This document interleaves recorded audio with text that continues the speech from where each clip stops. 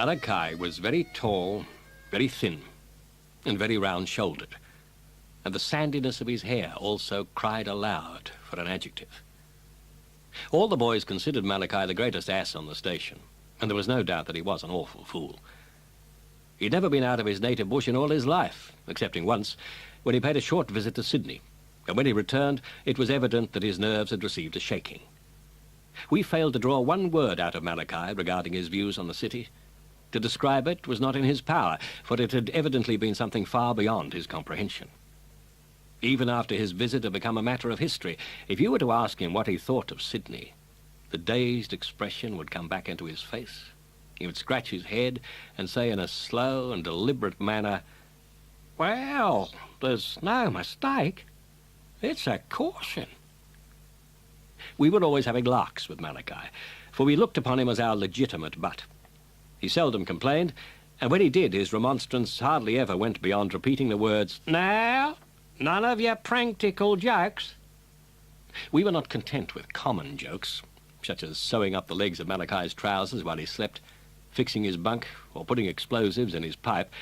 We aspired to some of the higher branches of the practical joker's art.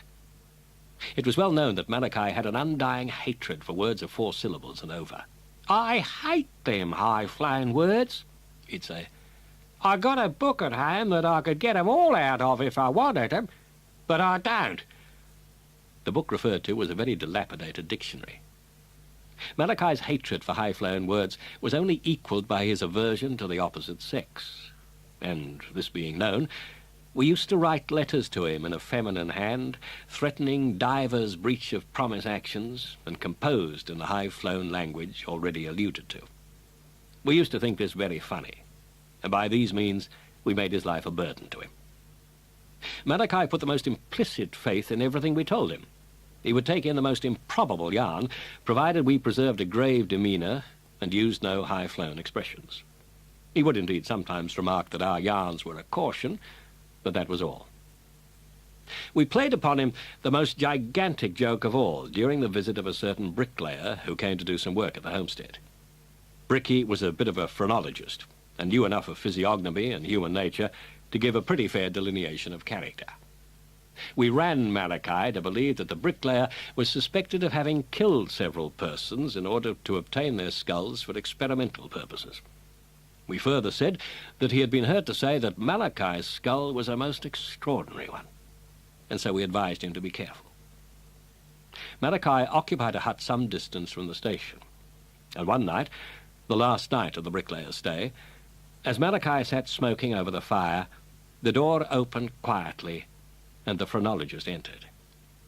He carried a bag with a pumpkin in the bottom of it, and sitting down on a stool, he let the bag down with a bump on the floor between his feet.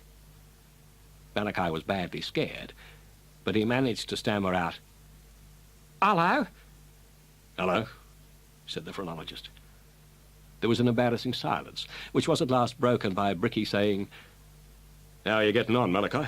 "Oh, just right," replied Malachi. Nothing was said for a while, until Malachi, after fidgeting a good deal on his stool, asked the bricklayer when he was leaving the station. I'm going away in the morning early," he said. "I've just been over to Jimmy Nowlett's camp, and as I was passing, I thought I'd call and get your head." "What?" "I come for your skull." "Yes," the phrenologist continued, while Malachi sat horror-stricken.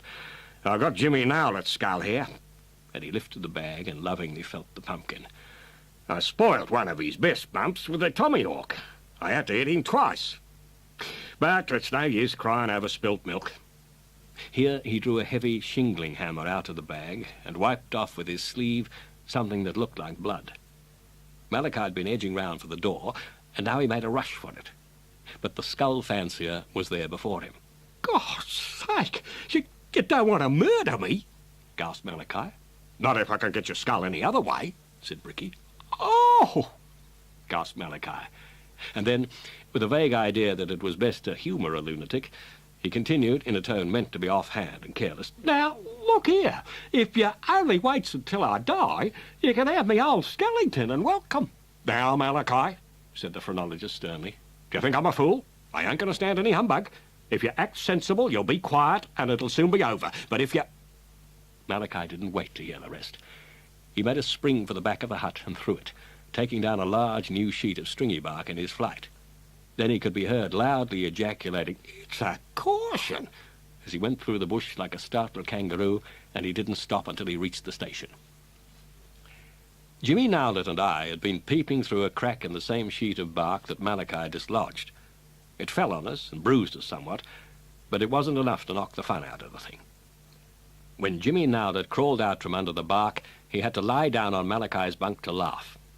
And even for some time afterwards, it was not unusual for Jimmy to wake up in the night and laugh till we wished him dead.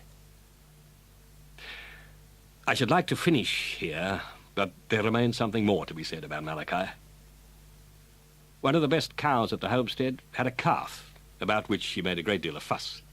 She was ordinarily a quiet, docile creature, and though somewhat fussy after calving, no one ever dreamed that she'd injure anyone. It happened one day that the squatter's daughter and her intended husband, a Sydney exquisite, were strolling in a paddock where the cow was.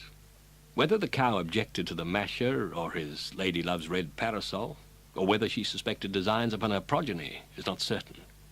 Anyhow, she went for them. The young man saw the cow coming first, and he gallantly struck a beeline for the fence, leaving the girl to manage for herself. She wouldn't have managed very well if Malachi hadn't been passing just then. He saw the girl's danger and ran to intercept the cow with no weapon but his hands. It didn't last long. There was a roar, a rush, and a cloud of dust, out of which the cow presently emerged and went scampering back to where her calf was hidden. We carried Malachi home and laid him on a bed. He had a terrible wound in the groin, and the blood soaked through the bandages like water. We did all that was possible for him. The boys killed the squatter's best horse and spoiled 2 others, riding for a doctor, but it was of no use. In the last half hour of his life, we all gathered round Malachi's bed. He was only 22. Once he said, "I wonder how Mother'll manage now." "Why, where's your mother?"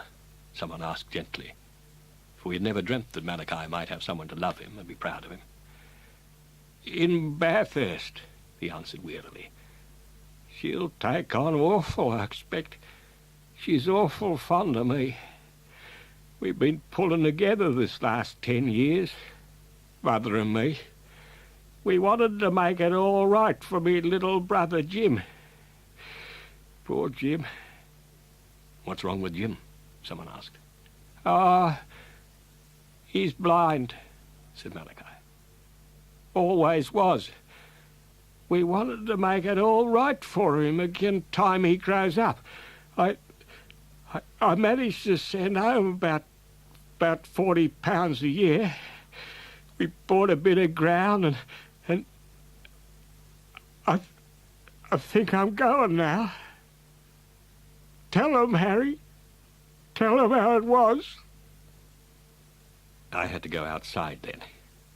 I couldn't stand it any more. There was a lump in my throat, and I'd have given anything to wipe out my share in the practical jokes, but it was too late now. Malachi was dead when I went in again, and that night the hat went round with a squatter's cheque in the bottom of it, and we made it all right for Malachi's blind brother, Jim.